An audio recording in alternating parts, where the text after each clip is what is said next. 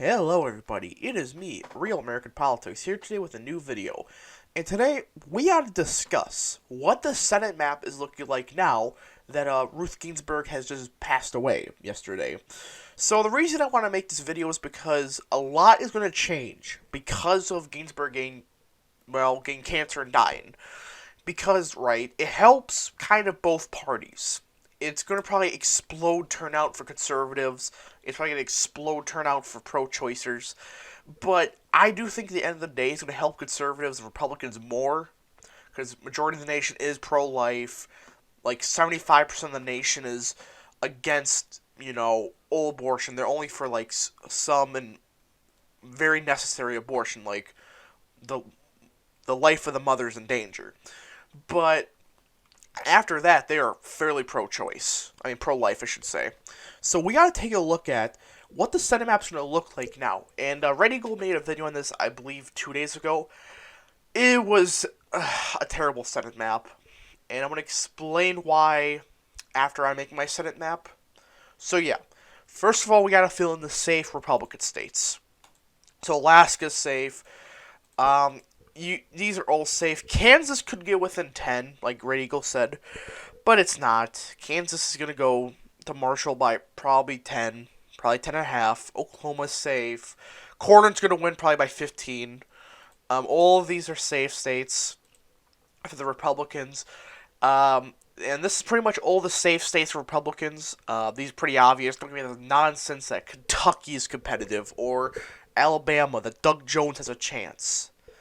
So now, we gotta do the safe states for Democrats. Oregon, Illinois, all the Northeast, except New Hampshire. Not New Hampshire. And I guess you could throw in Virginia, because I don't think Mark Warner's going to lose at all. I think he's going to win within a safe margin now. So yeah, this is the Senate map so far, the safe map. Now, with Delaware, I should mention that Lauren Witzke is probably not going to win. But she could get it into the likely margin. She possibly could. Is it going to happen? Probably not. So it could go likely. It's kind of like Kansas. It could go to the likely margin. But yeah. So now we got to fill in the rest of the map. Now, you're not going to like some of these predictions because I'm taking a look at data. And recently, a lot of trends are happening in each of the Senate races. And yeah. So let's start with the likely Republican states. Montana's likely. Iowa's likely. The polls may have Ernest not doing too well, but when you weigh them, Ernest is up by at least 7 or 8. And she probably could do better than Trump in the state, in reality. South Carolina's likely Republican. The special election, if it's Doug Collins, is likely, which it probably will be Doug Collins, who's going to win that Senate election. And for the Democrats, the likely seats are going to probably be New Mexico, and I think that's pretty much it for now. Colorado I'll talk about a little bit and explain why I don't have a likely Dem. So, this is the current map for the likely and safe states. Now we gotta do the lean states. For Democrats, the only lean state they really have right now is probably Colorado. And the reason I'm pushing this to lean is because Gardner could get a little bit better results in the Denver suburbs. And I'm telling everybody this, Trump is going to do surprisingly well in Colorado. He's not going to win the state, but he's going to do surprisingly well. Gardner's going to do better than Trump in the state at the end of the day. So if Trump gets it within 2 or 3, Gardner probably wins. So that's pretty much the only lean Republican state other than Georgia. Georgia's a lean Republican. Purdue's going to win. Don't give me this nonsense that he's going to lose. He's going to win probably by 5 or 6.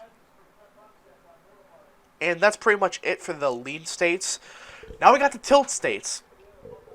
We're going to do the Democrats first. I think New Hampshire's tilting to the Democrats.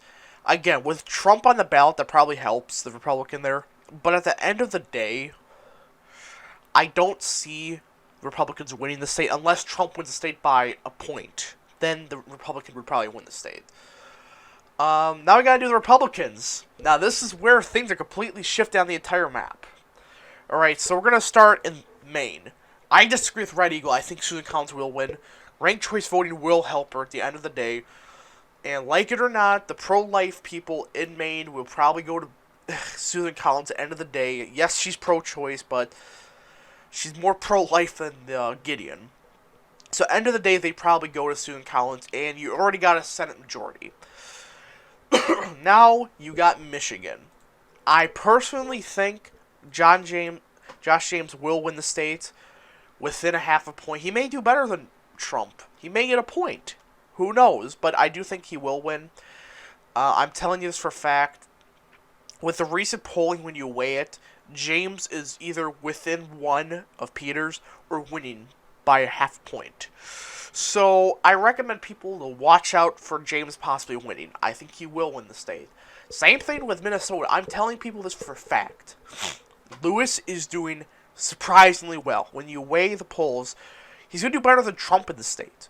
Right? I disagree heavily with what Red Eagle said, that this is a likely blue or lean Dem state. At most, it's a tilt these states for Senate. I think that Lewis will win the state.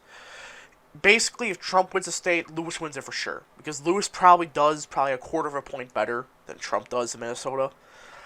That's mostly because he has more of an appeal to more of the suburbs of Minneapolis than Trump does. Which Trump will do a lot better in the suburbs of, Minneapolis, St. Paul, etc. But Lewis probably a point or two better in the suburbs. And yeah, that is the Rust Belt. Now we got two more states. Sorry. I had to clear my throat. This is where I gotta say I think North Carolina is tilting to Republicans. The issue is it could go to lead margin now. I'm seeing these weighed polls. When you weigh it, Republicans winning by around 2 points, 2.5. Trump's winning the state by around 5 or 6 when you weigh it. So that's a state where I think that if Trump wins the state by 5 or 6, it's going to the Republicans by a lead margin. And Arizona, this is a state that I am divided on. The reason I am saying this is because the past couple of months, party registration for Republicans have been through the roof in Arizona. Now, the issue is basically for McSally to win. Trump has to win the state probably by around 2.5. This is where I don't know. This is where I'm saying that when you weigh the polls, Trump is up by around 2.7, 2.8. So, in theory, that should get McSally a win. I just don't know. I personally think McSally will lose at the end of the day. Probably by a half a point. If Trump wins the state by 3, or polling is showing that he's winning the state by 3, he's going to probably win the state. She will, I should say. So yeah, this is my Senate map. I hope you guys enjoyed. If you guys did, hit that like button down below. Subscribe, share with your friends. And yeah, note this is my opinion. Fight me on Minnesota, North Carolina, or Maine. Fight me, I don't care. So yeah, I hope you guys enjoyed, and we will see you guys in the next video. Goodbye.